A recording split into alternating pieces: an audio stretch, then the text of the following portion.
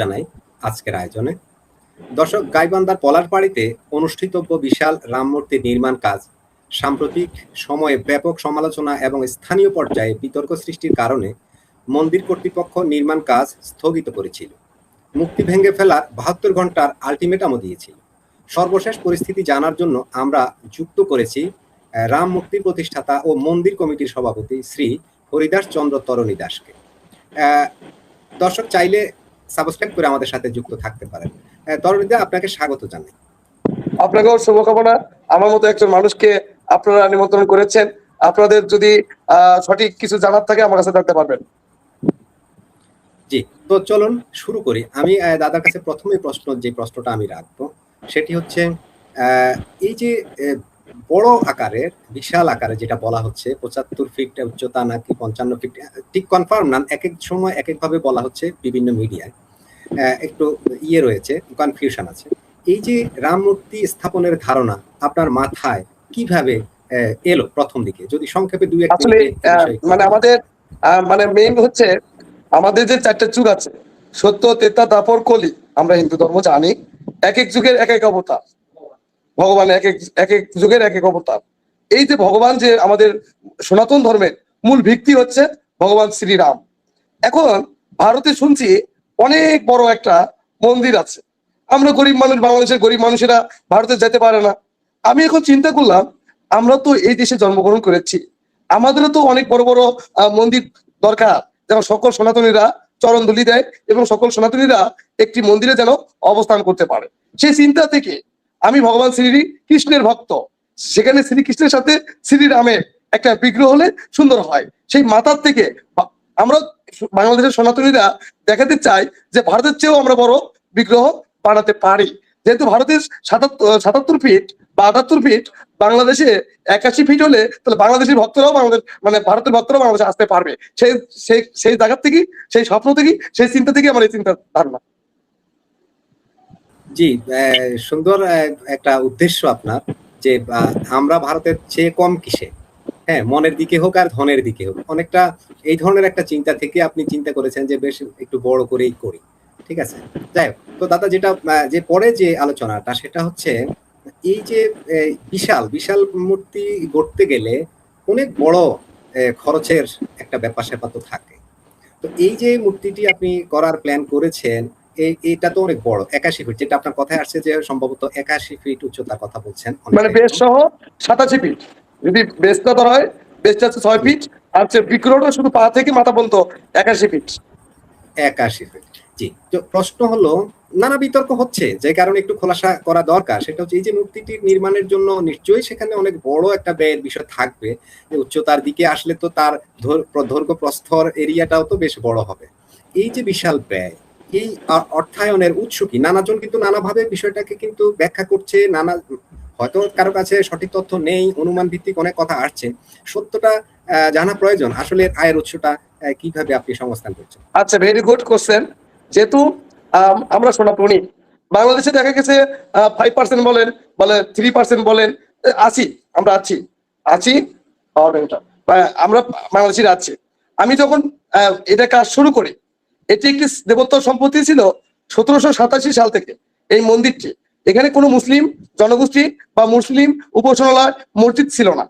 আমাদের একটা মানে বছরের পর পুজো আমরা হিন্দুরা পূজা করে আসছিলাম। ২০২৪ সালের আগস্টের ১০ তারিখ আমরা গ্রামবাসী এবং ইয়ং জেনারেশন নিয়ে একটা মিটিং করি। সেই মিটিং এ প্রথমত আমরা কালী মন্দিরটা দিয়ে শুরু করি। এই কালী মন্দিরের ভিত্তি স্থাপন করেন ২০১৪ সালে তৌফিকুল ইসলাম টিটু চেয়ারম্যান, একটি ভিত্তি স্থাপন করেন কালী মন্দিরের। আজকে থেকে প্রায় ১০ বছর আগে বা ১২ বছর আগে।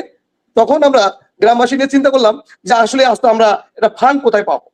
তখন আমরা আমি নিজ উদ্যোগে একটা ডেমো তৈরি করি। এই ডেমো মানে ভবিষ্যৎ কি কি হবে, সেই ডেমো তৈরি করি। সেই ডেমো তৈরি করে প্রজেক্টরের মাধ্যমে আমার পার্শ্ববর্তী মুসলমান ভাই, আমাদের হিন্দু সমাজ এবং ইয়ং জেনারেশন নিয়ে স্ক্রিনের মাধ্যমে এখানে আমরা একটা ভিডিও উপস্থাপন করি। ভিডিও উপস্থাপন করার পরে প্রথম আমরা করি আদি যুগের শিব, যেটা আমাদের ভারতে আছে। সেই আদি যুগের শিব ৩২ ফিট কমপ্লিট করি। সেখানে সকল মুসলমান ভাইরাও উপস্থিত ছিলেন। তাদের একটাই কথা, হরিদাস তোমরা তোমাদের ধর্ম পালন করবা, আমরা আমাদের ধর্ম পালন করব। এই আদি যুগে শিব যখন কাজ শুরু করলাম তখন একটা ফেসবুকে পোস্ট দিয়েছিলাম, আমার ফেসবুকে যাবেন শ্রী হরিদাস চন্দ্র তরণী দাস আমার ফেসবুকের আইডির নাম। সেখানে দেখবেন যে একটা ভারতের আমি ফেসবুক থেকে ইনকাম করা শুরু করলাম, বিভিন্ন মন্দিরের উন্নয়নে দান করুন। আদি যুগে শিবে আজ 22 লাখ টাকা খরচ হয়েছে, 22 লাখ টাকা। সেখানে ভক্তরা বিভিন্ন ধরনের অর্থ দিচ্ছে। এরপরে আমরা আরো একটু চিন্তা করলাম যে আদি যুগে যখন হয় আমাদের তো ভগবান কৃষ্ণকে লাগবে। আবার দেখি যখন আদি যুগে শিব হয়ে গেল, এত পরিমাণ ভক্ত আসা শুরু হলো, আপনি একটা সার্চ দিবেন বাংলাদেশের সবচেয়ে দুর্গাপূজা বড় কোথায় হয়েছে, শ্রী শ্রী রাধা গোবিন্দ কালী মন্দিরে। এত পরিমাণ লোক, সেখানে মাননীয় ডিসি মহোদয় 1 কিলো রাস্তা আসতে 6 ঘন্টা লাগে, 6 ঘন্টা লাগছে 1 কিলোমিটার রাস্তা আসতে, এত পরিমাণ ভক্ত। ও এই যে 5-6 লক্ষ ভক্ত আসলো, এই 5-6 লক্ষ লোক ভক্ত যদি 10 টাকা করে দেয়, বেশি দেয় কিন্তু সর্বনিম্ন 10 টাকা তো দেয় একটা দান। এই যে দানগুলো নিয়ে আমার তো চিন্তা চেতনা নাই যে আমার বাড়ি করতে হবে, ভারতে গিয়ে বাড়ি করতে হবে, পাকিস্তানে বাড়ি করতে হবে, ওই চিন্তা নাই। ধর্মের পোকা যখন মাথায় ঢোকে, ধর্ম ছাড়া আর কিছু ভালো লাগে না।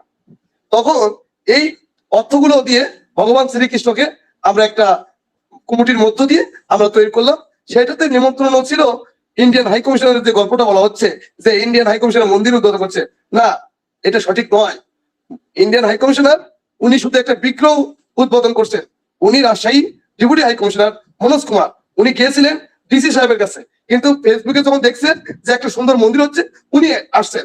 আমার তো লোভ হইতে পারে যে এখন বিদেশি হাই কমিশনার উনি মন্দিরে আসলে 4-5 লাখ 10 লাখ টাকা দান করতেই পারে, আমার তো একটা লোভ থাকতে পারে কিনা বলেন। এই সুবাদে আমি ওনাকে দিয়ে একটা বিগ্রহ উদ্বোধন করি। যখন ভগবান শ্রীকৃষ্ণের বিগ্রহ হয়ে গেল, আরো ভক্ত বাড়লো, এই এত বড় মন্দির বাংলাদেশে। তখন ওখান থেকে রানিং আসতেছে, মানে স্ট্রাগল একবারে রানিং আসতেছে। তখন আমরা চিন্তা করলাম যে ভারতের রাম বিগ্রহটা আমরা করব, তবে তার সমান নয়। আমার কাছে আমার ভগবান বড়, আমার কাছে আমার ভগবান বড়, আমার কাছে আমার ধর্ম বড়, সেই ধর্ম বড় এবং আমার কাছে আমার ভগবান বড়।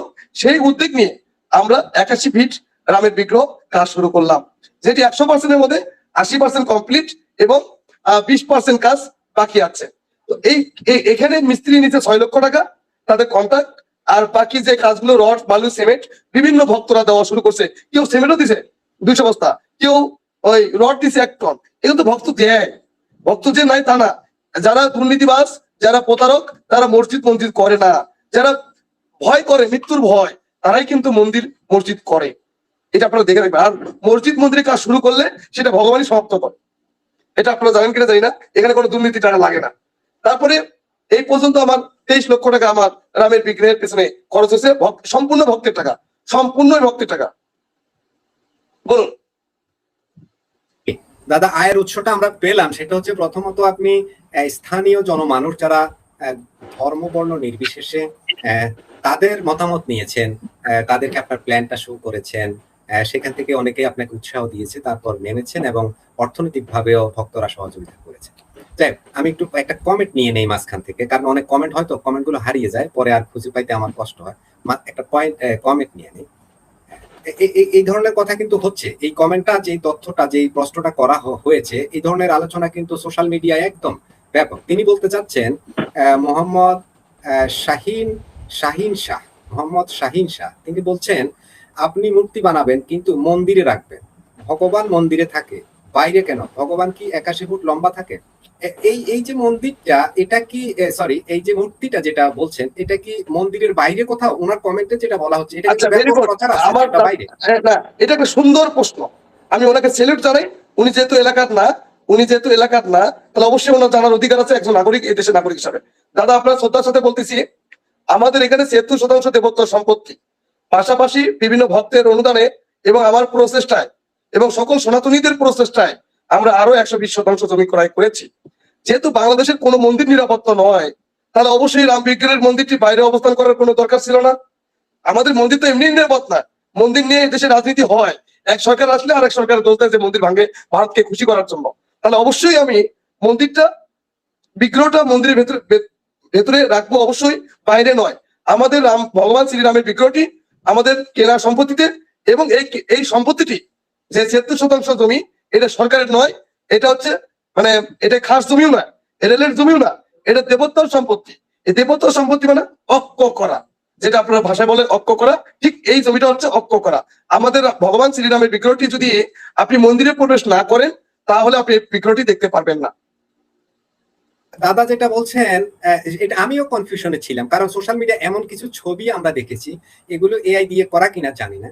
ওখানে দেখানো হচ্ছে যে একটা শহরের গোল চক্করের মতো একটা জায়গায় মূর্তিটা হচ্ছে, চারপাশ দিয়ে গাড়ি চলছে, অটো চলছে, হ্যাঁ, মানুষ যাতায়াত করছে, এরকম একটা জায়গা, এরকম ছবি না দেখানো না না, হচ্ছে। আমি এতে আরেকটু মানুষ বিভ্রান্ত আরেকটু কথা বলতে চাই। হচ্ছে। সবাই বলতেছে রংপুরের প্রবেশদ্বার, রংপুর থেকে 40 কিলোমিটার, মেইন রোড থেকে 2 কিলোমিটার, মন্দির থেকে 200 ফিট দূরে, কিভাবে ওখানে গাড়ি ঘোড়া চলে? আপনি বলেন, আপনার কাছে প্রশ্ন দিলাম দাদা। তাহলে দাদা ওই ওই যে মূর্তিটার কথা বলা হচ্ছে রাম মূর্তি, এটি আপনাদের যে মন্দিরের যে জায়গা, মন্দিরের যে এরিয়ার ভিতরে, এরিয়া, বাউন্ডারির ভিতরে, বাউন্ডারির এরিয়ার ভিতরে। ভেতরে, এরিয়ার জি জি। ভিতরে, এটা কোনো সরকারি জায়গা বা কোনো অন্য জনগোষ্ঠীর জায়গার উপরে না। না না, আমাদের গ্রামের নাম হচ্ছে মধ্যরাম চন্দ্রপুর, এখানে হিন্দুদের বসতি, এখানে চারপাশ দিয়ে বাউন্ডারি আছে, সেই বাউন্ডারির ভিতরে আমাদের এই রামের বিগ্রহটি। জি, তাহলে তো যেটা প্রচার হচ্ছে সেটা সঠিক প্রচার হচ্ছে না, যে এটা বাইরে, এটা বাইরে শহরের ভিতরে কোথাও এমন ভাবে শোনাচ্ছে যে এই জায়গাটা মন্দিরের জায়গা না, এরকম শোনাচ্ছে। যেভাবে দেখানো হচ্ছে বা বিভিন্ন ছবিতে আমরা যেভাবে দেখেছি, এই ছবিগুলো হয়তো এআই দিয়ে বানানো, এমনটা হতে পারে। যাই হোক, আমি তাহলে অন্য প্রসঙ্গে যাই, যেহেতু আপনি অনেক ব্যস্ত, যেহেতু খুব ঝামেলা চলছে ওই বিষয়গুলো নিয়ে, আপনাকে অনেকের সাথে না না, আমার ঝামেলা নাই, শুনে, আমার কোনো ঝামেলা নাই। ভালো মন্দ থাকবে, যেমন খারাপ লোক থাকবে তেমন ভালো লোকও থাকবে। অনেক মুসলমানই বলতেছে ভাই করেন তো, আপনার কাজ আপনি করেন তো, আপনার ধর্ম আপনি করবেন, আমাদের সমস্যা কোথায়? কিছু লোক থাকবে, সেক্ষেত্রে আমি কোনো ভয় পাওয়ার কোনো ব্যক্তি না। আমি দেশের নাগরিক, আমার অধিকার নিয়েই আমি আমার মন্দির করতেছি, সেখানে সরকারের অনুমতি লাগে না, মসজিদ মন্দিরের সরকারের অনুমতি লাগে না। জি, যে প্রসঙ্গ সেটা হচ্ছে এই যে মূর্তি নিয়ে যে বিতর্ক তৈরি হয়েছে, সেটিকে আপনি আসলে কিভাবে দেখছেন? এটা কি কাম্য ছিল? দাদা যদি 2-1 মিনিটে বিষয়টা একটু বলেন। দাদা কোনটা বললেন? নির্মাণ নিয়ে হঠাৎ করে যে বিতর্ক হলো, এটা তো অনেক বেশ কিছুদিন থেকে তো কাজ চলছে, হয়তো 2-3 মাস বা আরো বেশি সময়, 5-6 মাস আচ্ছা, এই থেকে কাজ বিষয়টা নিয়ে আমি চলছে। আপনাকে ক্লিয়ার করি। 2025-এর ডিসেম্বর মাসে আমাদের বর্তমান যে এমপি মহোদয় আছেন, প্লাস বিরোধী দলীয় যে আমাদের এমপি সাদিক সাহেব, বিএনপি প্রার্থী, আমি সবাইকে ইনভাইট করেছিলাম। আমি তাদেরকে বলেছি যে এখানে 86 ফিট মন্দির হচ্ছে, আর আমার একটা অভ্যাস খারাপ, কোনো কিছু করার আগে আমি ফেসবুকে দিই, দেখি কয় মানে এটা সমালোচনা হচ্ছে কিনা। আমি এমন একটা খারাপ লোক, আমি করলামই না সে কাজ, কিন্তু আগেই ফেসবুকে দিই। সেখানে আমার পার্শ্ববর্তী লোকেরা অবশ্যই আমার ফ্রেন্ড লিস্টে আছে, বন্ধু শুভাকাঙ্ক্ষী আছে, এবং একটা এত বড় একটা মন্দির হচ্ছে, আমার পার্শ্ববর্তী মুসলমান ভাইরা আছে, এমপি মহোদয় যিনি বর্তমানে এমপি, উনিও জানেন বিষয়টা, ওনাকেও বলা হয়েছে। উনি তো বাধা দিতে পারতেন যে হরিদাস, আমরা এত বড় একটা মূর্তি, যেহেতু ভারতের বাবরি মসজিদ ভেঙে রাম মন্দির হচ্ছে, তুমি ওই জায়গাটাতে তুমি ওই মন্দিরটা দিও না, তাতে হয়তো বা একটা এলাকায় বিশৃঙ্খলা হতে পারে। তাহলে এই কথা বলার পরে তাহলে কি 80% কাজ হইতো? এখানে 1% কাজ হইতো না, কারণ আমরা ইসলামকে শ্রদ্ধা সম্মান রেখেই আমরা হিন্দুরা পথ চলি। তাহলে অবশ্যই এখানে তাদের অনুমতি ছাড়া আমরা এই কাজটা করি নাই। জি, দাদা যেটা জানা সেটা হচ্ছে, কদিন আগে দেখলাম আন্দোলন চলছে, 2-3টা সংগঠন সেখানে মানববন্ধন করেছে বা ওই যে মিছিলের মতো করে করেছে, আমরা ছবিগুলো দেখেছি, ভিডিও দেখেছি, এবং 72 ঘন্টার একটা আলটিমেটাম দেওয়া হয়েছিল। সেখানে একটা সম্ভবত, আমি যদি ভুল না করি, একটা শিব মন্দির আছে, ওটাও ভেঙে, রাম মন্দির, রাম যে মূর্তি সেটা ভাঙা, প্লাস আরেকটা ওখানে সম্ভবত একটা শিব মূর্তি বা কালী মূর্তি আছে, সেটাও ভাঙার দাবি আদি উঠেছে। যুগী শিব, আদি যুগী শিব 32 ফিট, যেটা আমি আপনাকে বললাম। জি, এখন প্রশ্ন হলো 72 ঘন্টা পার হয়েছে, এখন পরিস্থিতিটা কি? আর আপনি ব্যক্তিগতভাবে হুমকি বা চাপে আছেন কিনা? আপনার কি, আপনার না, দাদা একটু বলি, এটা বাংলাদেশ, আমাদের জনাব তারেক রহমান স্যার আইন শৃঙ্খলা বাহিনী এমন ভাবে সেট আপ করছে, আমাদের মন্দিরের যে হুমকি গুলো ছিল, যারা হুমকি দিচ্ছিল, সেই হুমকি তাদেরকে আসলে সত্যিকার তাদের ন্যায্য অধিকার কিনা, তাদের যৌক্তিক কোনো দাবি কিনা, আসলে তাদের কোনো যৌক্তিক দাবি নয়। রাম বিগ্রহ তো মন্দিরের ভেতরে, তাদের সমস্যা কিসের? আর একটা জিনিস, এটা ওই যে আমাদের পিনাকি দাদা, উনি বলেছেন যে ভারত রংপুর দখল করবে। এই যে আমরা বাঙালি, আমরা কিছু বাঙালি আছি, মানে মানে রাস্তা দিয়ে চোর গেলেও বলে যে এটা চোর। এখন পিনাকি দাদার যে ওই যে মানচিত্র দেখাচ্ছে, এই রংপুর বিভাগ নিয়ে যাচ্ছে। এখন ভারত যদি বলে, ভারত যদি ইচ্ছা করে, বা ভারত যদি ইচ্ছা করে, এটা কি বাংলাদেশ নেওয়া সম্ভব? আমরা আছি না দেশে, আমরা বাংলাদেশিরা আছি না, ভারত ইচ্ছা করলেই রংপুর নিয়ে যেতে পারে? অসম্ভব। এই যে কিছু মূর্খ গদ্দ, তারা ইমোশনাল হয়ে এই জিনিসটা খাইছে পিনাকি দাদা, এটা খাওয়ার পরে চিন্তা করছে হায় হায় হায়, এটা তো সঠিক, রংপুর বিভাগ তো নিয়ে যাবে। এই তখন থেকে এই গুজবটা উৎপত্তি হয়েছে। এই উৎপত্তির ফাঁদে কিছু ধর্মপ্রাণ মুসলমান ভাইরা জড়িত হয়ে গেছে। এখন আমি যেটা জানি, সবাই আমাকে শুভেচ্ছা জানাচ্ছে, সবাই আমাকে সাহস দিচ্ছে এবং প্রশাসনের তরফ থেকে যথেষ্ট আমাকে সহযোগিতা করতেছে। তবে আমার রাম মন্দির বন্ধ হওয়াতে এক পর্যায়ে আমার বিভিন্ন ভাবে চাপ আসতেছে, কেন রাম মন্দির বন্ধ হলো, কেন বন্ধ হলো। আবার কিছু লোক চাপ দিচ্ছে যে মন্দির বোমা মেরে উড়াই দেবে। জি, বেশ ভয়ঙ্কর কথাই বলছেন। আইন শৃঙ্খলা বাহিনী সহযোগিতা করছে। এর আগে দেখলাম যে প্রশাসনের উদ্যোগে সম্প্রীতি সমাবেশ, এই ধরনের একটা সম্ভবত আয়োজন হয়েছে। আমার কাছে এই ধরনের তথ্য আছে, যদি আমি তথ্যটা ভুল না পেয়ে থাকি। সম্প্রীতি সমাবেশ, এমনকি এই যে যারা আন্দোলন করছিল আপনার এই কাজের বিরুদ্ধে, এখন বর্তমানে তাদের সাথে প্রশাসন এবং আপনার প্রশাসনের উদ্যোগে দুই পক্ষের মিউচুয়াল করার মতো কোনো উদ্যোগ কি প্রশাসনের তরফ থেকে বা অন্য কোনো স্থানীয় যেনারা নেতৃবৃন্দ আছেন তাদের পক্ষ থেকে এই ধরনের কোনো পদক্ষেপ নিয়েছে কিনা? না, সরকারের এখন একটা সরকারের কিছু লোক যারা এলাকা ভিত্তিক কিছু থাকে, তারা প্ল্যান করতেছে হরিদাস বাবুকে ধরো, হরিদাস বাবুকে আটকাও, হরিদাস বাবু যদি জেলে যায় সনাতনীরা ভয় পাবে আর এই মন্দির হবে না। এই যে মাস্টার প্ল্যান, আমি বলতে চাই আমার দুর্নীতি আছে কিনা, আমি ভারতের টাকায় মন্দির করতেছি কিনা প্রমাণ দেখাতে হবে। প্রমাণ যদি না দেখাতে পারেন তাহলে অবশ্যই এই রাম মন্দির বাংলাদেশে হবে এবং আমাদের মন্দিরের ভেতরে হবে এবং সকল সনাতনীরা এটা সহযোগিতা করবে। তবে আমরা সাম্প্রতিক সম্প্রীতি বজায় রাখার জন্য সবাইকে নিয়ে বসে শান্তিভাবে, শান্তি শৃঙ্খলা ভাবে আমরা কাজটা করতে চাই, এটাই দাবি সরকারের কাছে আমার। জি, সুন্দর দাবি আপনার। অবশ্যই আপনার ধর্মীয় স্বাধীনতার উপরে হস্তক্ষেপ করা কোনোভাবেই আমরা কামনা করি না। আমরা চাই আমাদের দেশে স্বাধীনভাবে সবাই নিজ নিজ ধর্মকর্ম নিঃসংক চিত্তে পালন করুন। দাদা, এই যে ভিন্ন ধর্মাবলম্বী যারা আছেন, সনাতনীরা বাদে মুসলিম আছেন, খ্রিস্টান আছেন, বৌদ্ধিস্টরা আছেন, এই যে তাদের উদ্দেশ্যে আপনার কি বার্তা ধর্মীয় সম্প্রীতির? আসলে ধর্মীয় সম্প্রীতিতে আমি বরাবর তাদের সাথে সবাইকে নিয়ে এই সুন্দর বাংলাদেশ গড়ার লক্ষ্যেই কিন্তু আজকে এই মন্দিরটি কিন্তু দেখবেন এখানে মেডিকেল কলেজ এন্ড হসপিটাল হচ্ছে। আপনি জেনে অবাক হবেন, এখানে সকল সম্প্রদায়, হিন্দু, মুসলিম, বৌদ্ধ, খ্রিস্টান, সবার জন্য মানবতার কাজে এগিয়ে যাচ্ছে। আপনি আরো একটু জেনে হবেন, এই মন্দিরে 165 জন কর্মচারী কর্মকর্তা, তাদের মধ্যে 135 জনই মুসলমান। তাহলে এর চেয়ে বড় বার্তা কি হতে পারে বলেন? একটি মন্দিরের কাজ করবে, সেখানে 135 জন মুসলমান। কিছুটা কর্মসংস্থানের ব্যবস্থা হয়েছে অনেকে, অনেক লোক দোকানপাট ঠিক করে খায়, কাজকর্ম করে, অনেক অনেক। দাদা, স্থানীয় সাধারণত সমাজে এই ধরনের কোনো ঘটনা ঘটলে স্থানীয় যে জনপ্রতিনিধিরা থাকে তারা এগিয়ে আসেন, তারা এগিয়ে আসেন। আমাদের টিটু চেয়ারম্যান যথেষ্ট আমাকে হেল্প করেন, আমাদের এমপি মহোদয় উনি অনেক অনেক অনেক অনেক ভালো। উনি মানে অনেকজনই যে অভিযোগ করে জামাত এমন জামাত এমন, আসলে আমার এলাকার তো এমপি উনি, আমাকে সারাক্ষণই উনি ফোন দেয়, হরিদাস তুমি তোমার কাজ চালিয়ে যাও, তুমি তোমার কাজ করো, আমাদের কোনো বাধা নাই। সেক্ষেত্রে ওনার প্রশংসা অবশ্যই আমাকে করতে হবে। স্যালুট জানাই আমি আমার এমপি কে। জি দাদা, হরিদাস দা, এই যে এমপি মহোদয় আপনাকে সাহস যোগাচ্ছেন, সমর্থন যোগাচ্ছেন, এখন কি মন্দিরের যে কাজটা স্থগিত আছে সেখান থেকে কি আবার নতুন করে কাজ শুরু করার পরিকল্পনা করছেন কিনা, কি চিন্তা? দাদা দেখুন, আমি আগেই বলছি, সাম্প্রতিক সম্প্রীতি বন্ধন রক্ষা করার জন্য আমি সবাইকে নিয়ে বসে, এবং এটার উদ্যোগ নিতে হবে সরকারকে। সরকার যদি বলে যে আপনারা সবাই সবার ধর্ম পালন করেন, আপনারা সবাই সবার মসজিদ বানান, মন্দির বানান, এটা সরকারকে উদ্যোগ নিতে হবে।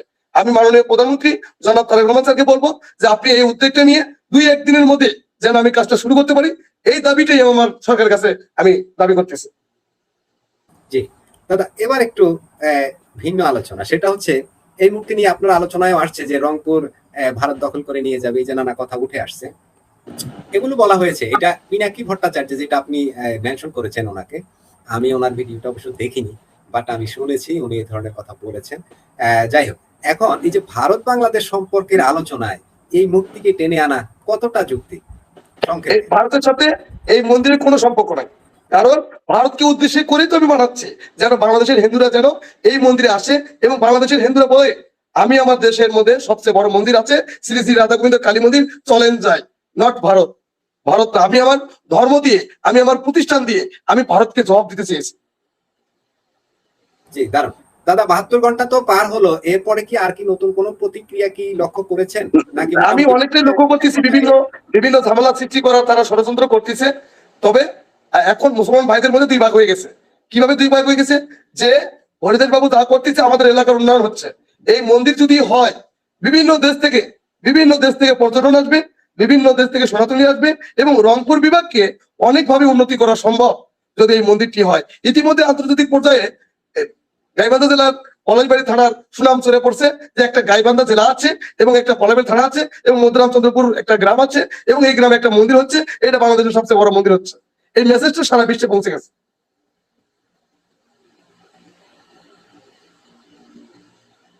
এই এই বিষয়টা নিয়ে এখন ব্যাপক আলোচনা হচ্ছে।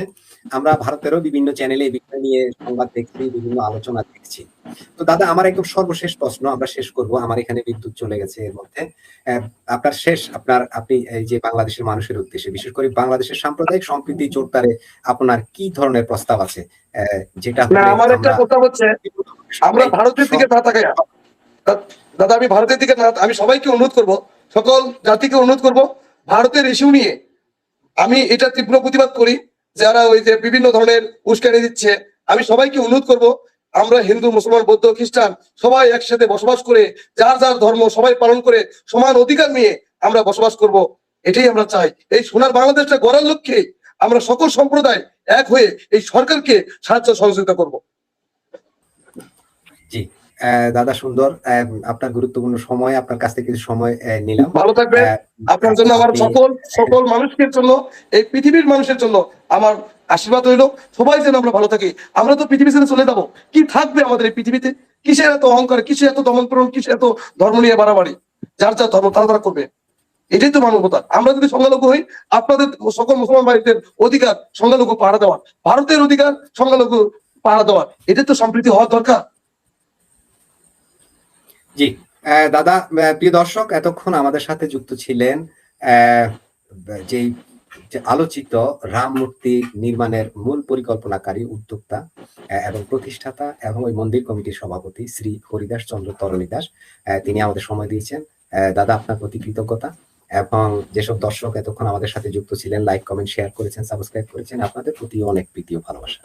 দর্শক আজ আমরা এখানে শেষ করব। দেখা হবে পরবর্তী লাইফে। সে পর্যন্ত সবাই ভালো থাকুন, সুস্থ থাকুন, নিরাপদে থাকুন এবং নিজের প্রতি খেয়াল রাখুন।